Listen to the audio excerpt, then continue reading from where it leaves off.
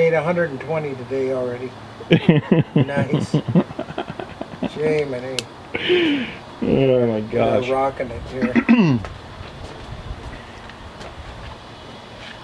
Well, welcome back to the Energy Sovereignty Project. I'm here in Tomasville at the Tomasville Power Plant,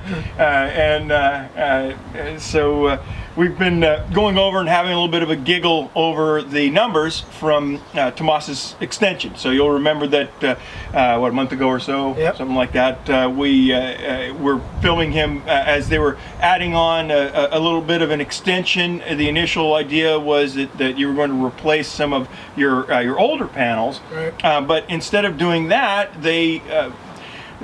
Tomas had just put, or fairly recently, put a 40-year roof on, and so he wasn't going to yank the roof off. They wanted him to redo the roof, just that they would put the panels on.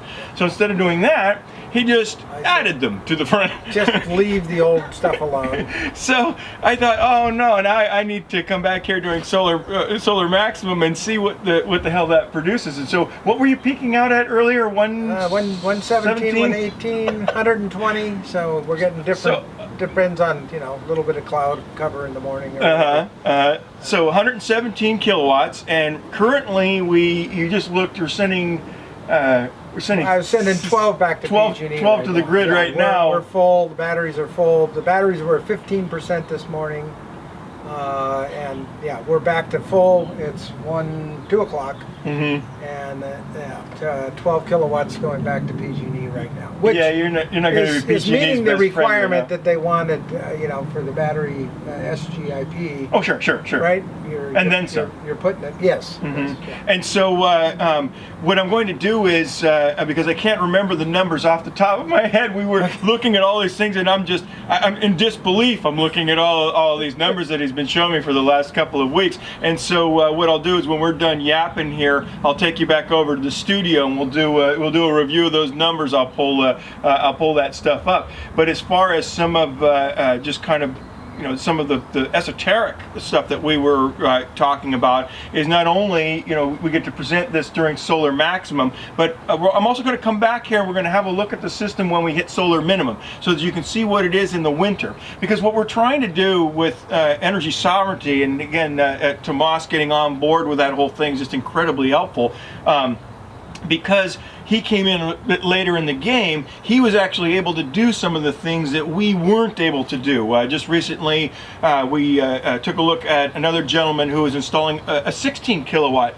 system, that he was allowed to put that in. And so I think that we're really kind of helping to break the ice. And so the takeaway of these last few videos that we're putting out over this is don't settle. Don't settle. Yeah. You're trying to find that spot where even in winter, you're able to at least, for the most part, power your house, and maybe even send a little bit to the cars, right? Because now Tomas has got a Model Y, he's got a Cybertruck on order, and that's probably once you most likely. once you get that especially bug. if they go 5 years out and the price keeps going up on the stock. That's true too. They're going to take care of it for me. Get a couple of full-size trucks and convert your you have a landscaping company. We'll have to give a plug for that later on maybe, but I see that there's going to be this transition over to that, I think, as well. Was there anything else you might like to add? No, I think it's just what this whole process has taught me is that you've got to keep asking questions, and you've got to try to really extrapolate the information out of what is it that you really need, the amount. Right. Because I found that to be probably the most frustrating. Nobody really takes the time. They just look at your bill and they go, oh, this will be plenty. Yeah. Well, that wasn't the case in the first go around. And then as the power cost kept going up, I kept going, why is my true up going up? It should be going down, and it was going the opposite because they were raising the rates.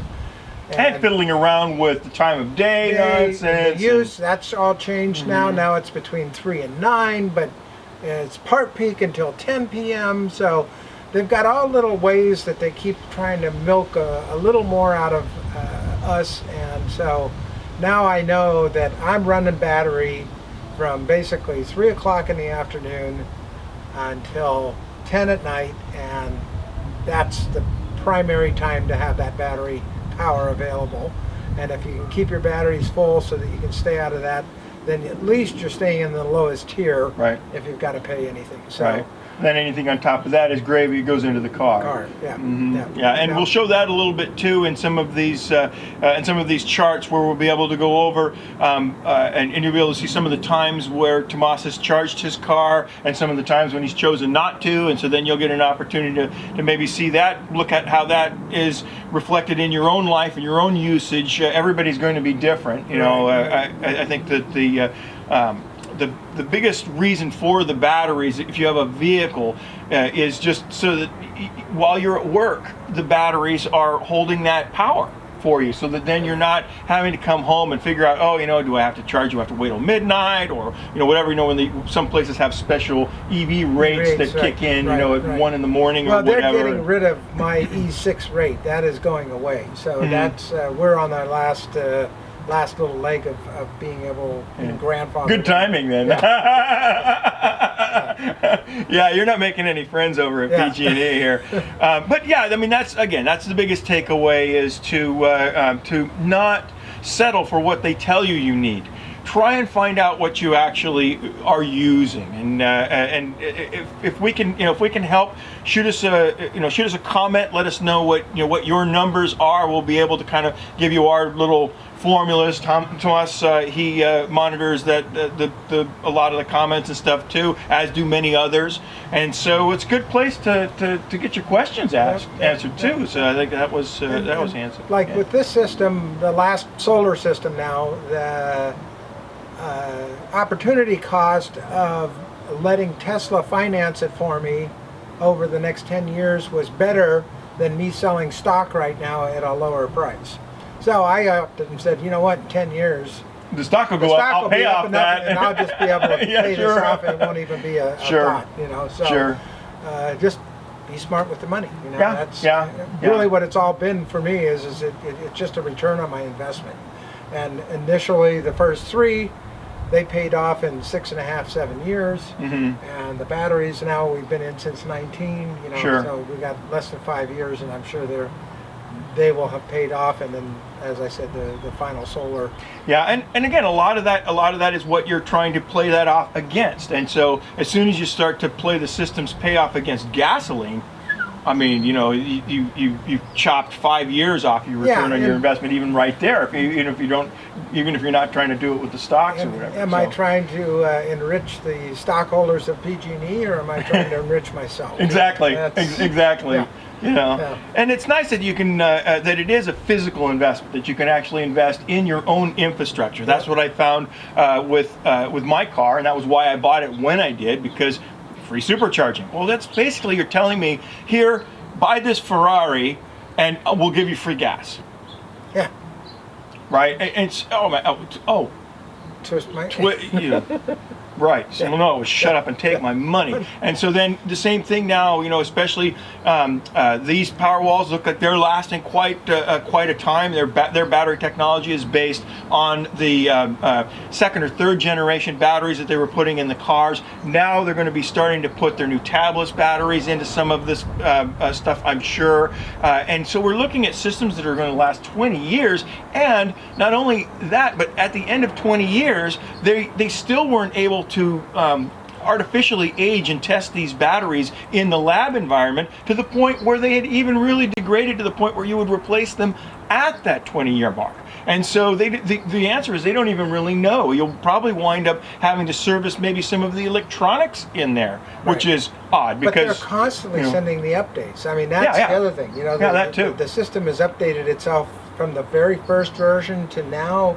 We're on version, it's we're on version 20.49. I think we were on, I don't know, we're on 10, I think. 10, yeah. So, you know, it's amazing how much how much care they're putting into the yeah. into the. What and again, they're learning and what they're doing, and they're adding it. yeah, what they learned from the car was huge. Yeah. You know, well, we can now filter that down into all our other products. There's no reason why we have to, send a technician out. Oh no, we've learned something new about the power wall to, help it, conserve energy, not, lose so much or whatever. Yep. Yeah, it's been an amazing way to do business, I think. But yeah, so fantastic. We'll be back in the winter. In the winter, yeah. Let's take another look at this. Sounds good. All right. Thanks, man. Yep.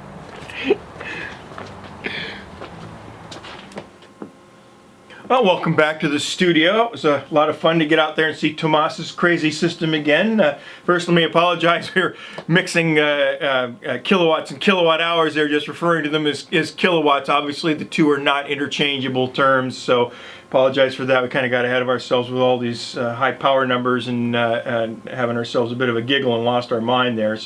But I knew I was going to have to untangle that back here in the studio anyway. So let's try and apply some clarity to what it was that we were actually talking about. So first of all, let me be clear. Tomas's home is not a typical home. He's running a business out of his home. He's got a full office with a server stack, running a dedicated air conditioning in a closet. And so when you see his numbers here, what I want you all to do is not to look at it necessarily with an eye to what your home use might be, but maybe to think about, what might be the consumption of some of the small businesses in your area.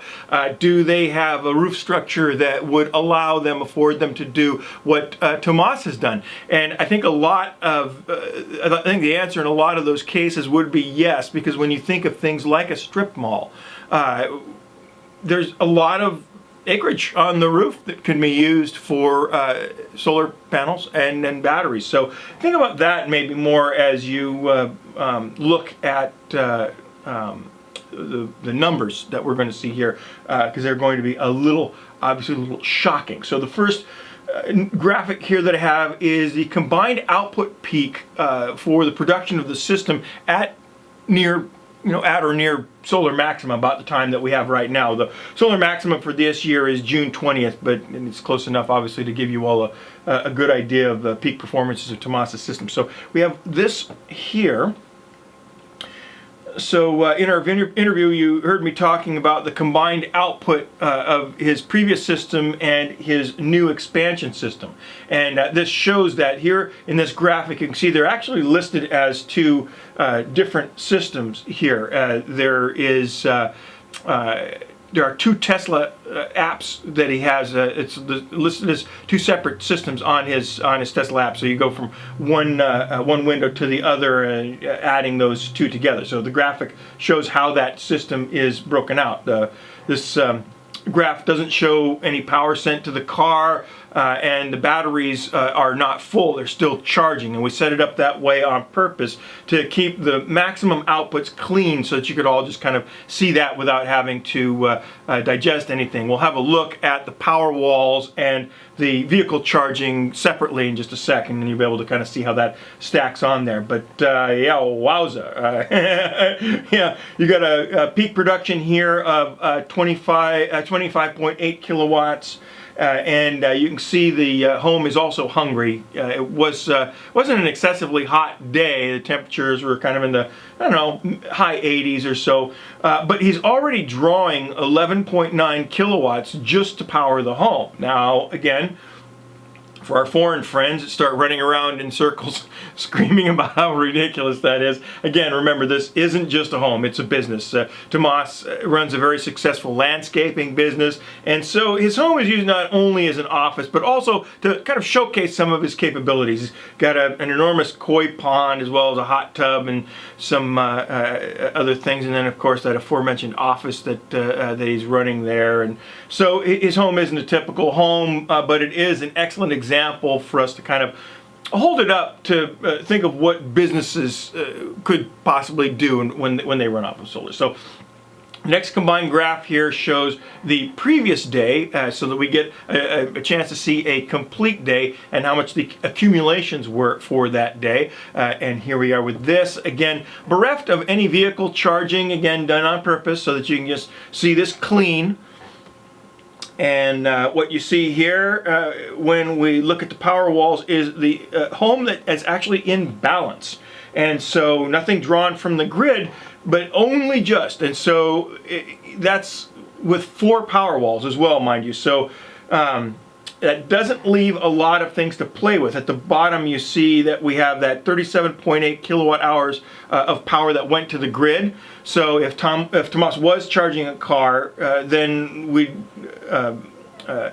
be able to probably get approximately 130 miles in his Model Y, and for my Model S to get around 100 miles or so. But the problem with having a system that's in balance, like what you see there, is that it's easy to throw that balance off. And as we demonstrated with the Energy Sovereignty Project, it's important to have some freeboard in your batteries. And that's because when the home is charging up, you're at work. You're not usually there to plug the car in. And so until we get to a point where we have battery banks that the utility companies provide that are local to your community, we're going to have to be storing a lot of power at the home. So, but let's take a quick look at what happens when we start to get on the wrong side of things with that balance. So this is a combined graphic for June 7th.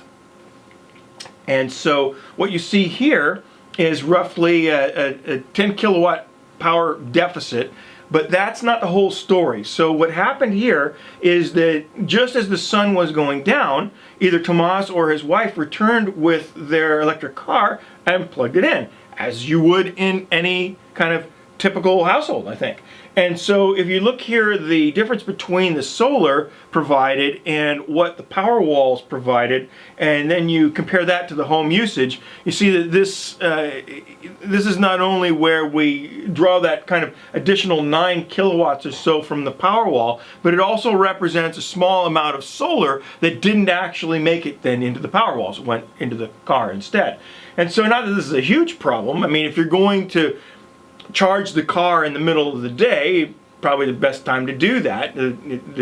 That way you don't have to kind of suffer the round trip losses of putting the power into the power wall only to then turn around and pull it immediately back out again after a few hours. But as you'll see in our next composite, the result of putting in that 10 to 15 kilowatts to the car does this.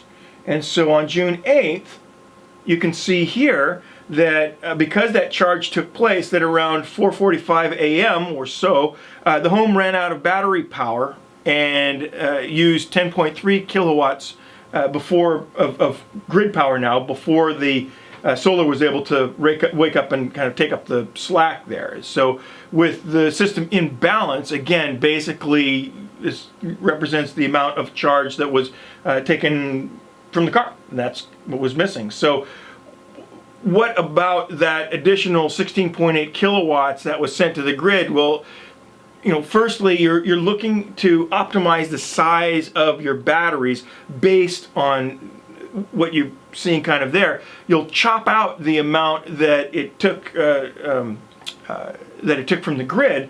So right away, you're only talking about an additional 6.5 kilowatt hours or so, and then you'll factor in that that loss that we were talking about, maybe a kilowatt hour or so of loss. But as we can see, the amount for charging the car does vary from day to day, but it's also dependent on when you want to charge the car. When the system is in balance like that, the choice is going to have to be made in regard to do you make it until morning on the batteries, or do you put that charge into the car? And I think that for most, we choose to go ahead and charge the car. And dollar for dollar, especially if you're weighing that choice against gasoline, then it's certainly a no-brainer to go ahead and choose to charge the car.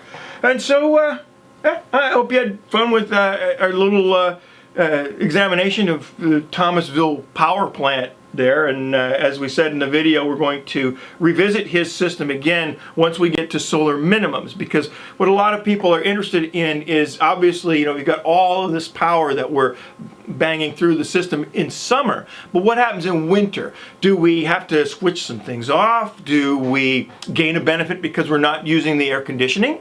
That could certainly be one instance, but we don't know. So we're going to go ahead and take a look at not only Tomas's system this winter, but also Sean's system as well. He's also installed quite a large system. We'll talk a little bit more about his install in our next video. But until then, thanks for stopping by, and wish you the very best with your own systems, and we'll see you all again soon.